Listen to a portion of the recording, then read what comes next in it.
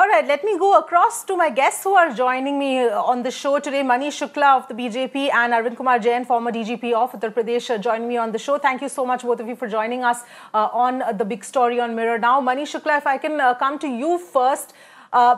When is this formal notification for CBI to take over going to happen? देखिए, उत्तर प्रदेश सरकार ने अपनी सिफारिश कर दी है। अब डीओपीटी उसके बाद सारे पेपर सौंप दिए हैं।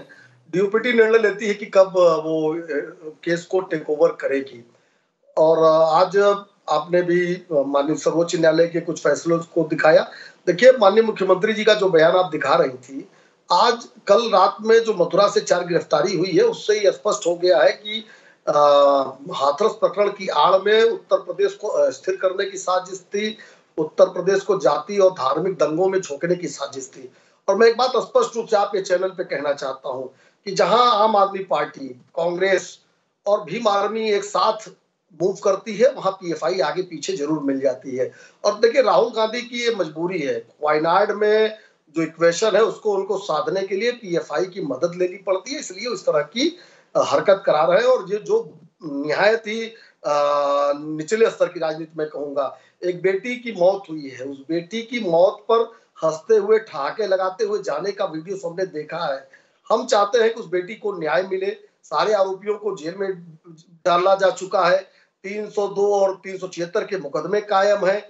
इसके बाद एसआईटी की जांच हमारी सरकार ने सेटअप की, सीबीआई जांच के लिए सिफारिश कर दी। इसके बाद जिस तरीके से भीड़ लेकर वहां पॉलिटिकल पार्टी के लोग पहुंच रहे हैं, वहां न्यूसेंस क्रिएट कर रहे हैं, जो महिला पुलिसकर्मी उनके साथ बदसलूकी करते हैं समाजवादी पार्टी के लोग, निश्चित रूप से प्रदेश की जनता देख रही है इन चीजों को। और उत्तर प्रदेश को अस्थिर करने की साजिश को निश्चित रूप से नाकाम किया जाएगा। शुक्ला जी, मैं आपसे ये दोबारा पूछना चाहूंगी, जो सीबीआई की आप बात कर रहे हैं, आप अभी बोल रहे हैं कि ऑफिशियल जो नोटिफिकेशन जो होम डिपार्टमेंट को जाना होता है स्टेट गवर्नमेंट की तरफ से, वो क्या जा चुका है? वो पेपर्स होम डिपार्टमेंट को जा चुका है? देखिए, सिफारिश परसों की गई है, उसके जो प्रोसेस है उसको पूरा किया जा रहा है। और अच्छी बात यह है कि सिफारिश, देखिए, हम लोग विपक्ष में हम लोग 14 साल रहे हैं, हमको पता है कि एक सीबीआई जांच के लिए कितना संघर्ष। नहीं, आप बोल, एक मिनट, आप Shukla ji, if I can interrupt you, वापस से मैं समझना चाह रही हूँ। आप बोल रहे हैं 3 दिन पहले अनाउंसमेंट हुआ था कि सीबीआई को सिफारिश मतलब रिकमेंडेशन की जाएगी, लेकिन अभी आप बोल रहे हैं कि प्रोसेस अभी तक जारी है। तो ये क्या प्रोसेस है जो अभी तक होम डिपार्टमेंट को पेपर्स नहीं गए हैं? नहीं, प्रोसेस हो गया है। उत्तर प्रदेश सरकार का जो पक्ष है इस प्रोसेस में, वो हमने पूरा कर दिया है। इसके बाद डीओपीटी और सीबीआई जब टेक ओवर करती है, उसके अपने प्रोसेस होते हैं और उसको केंद्र सरकार को करना होता है, जो गृह विभाग है उसको करना होता है।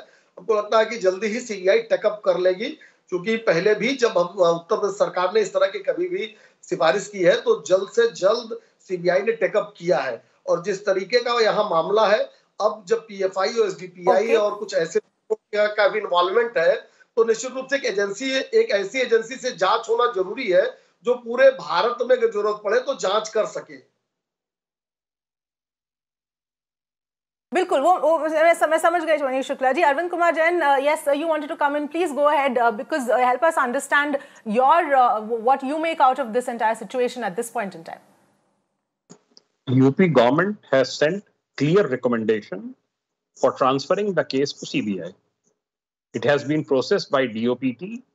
DOPT has okayed it and it has sent it to Director CBI. It is with Director CBI now to form a team and to dispatch the team. The recommendation has reached the director, so now nothing has to be done from the side of UP government. UP government sent the recommendation 2 days back. 2 days back, and I think within a day or two it will be taken up. There is no mala fide in this, and UP government has submitted affidavit also in Supreme Court that we have recommended CBI investigation, and the UP government has requested for a Supreme Court monitored investigation. This is a rare thing. This is a rare thing that a state is requesting that kindly monitor the investigation.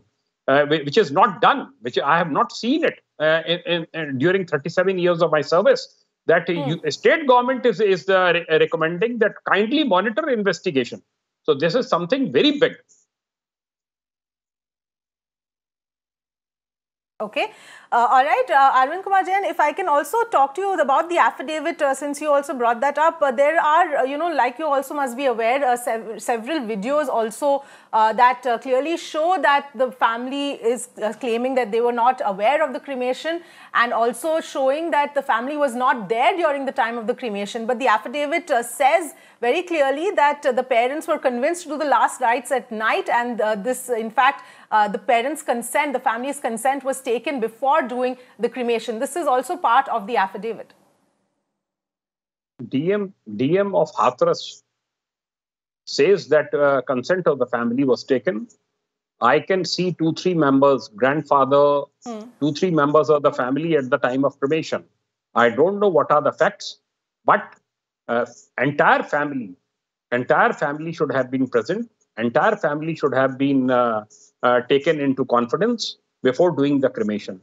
The UP government has explained it in the SCA affidavit also, that why hurriedly it was done, what was the intelligence behind it. So now it is up to the Supreme Court to analyze it and to give directive on that. But naturally, it was not a good sight, and everybody could not gulp it down.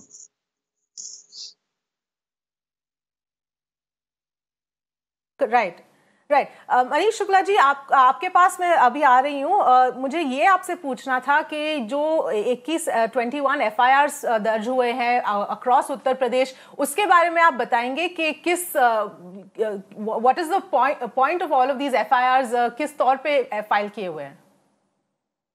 लेकिन जिस तरीके से हाथरस प्रकरण के बाद, अंतिम संस्कार के बाद तमाम प्रकार के भ्रामक न्यूज विभिन्न सोशल मीडिया के प्लेटफॉर्म पे वेरीफाइड अकाउंट से, वेरीफाइड पेजेस से फैलाए गए, यहाँ तक कि मुख्यमंत्री के भी फर्जी बयानों को एक चैनल के स्क्रीनशॉट के जरिए फैलाए गए।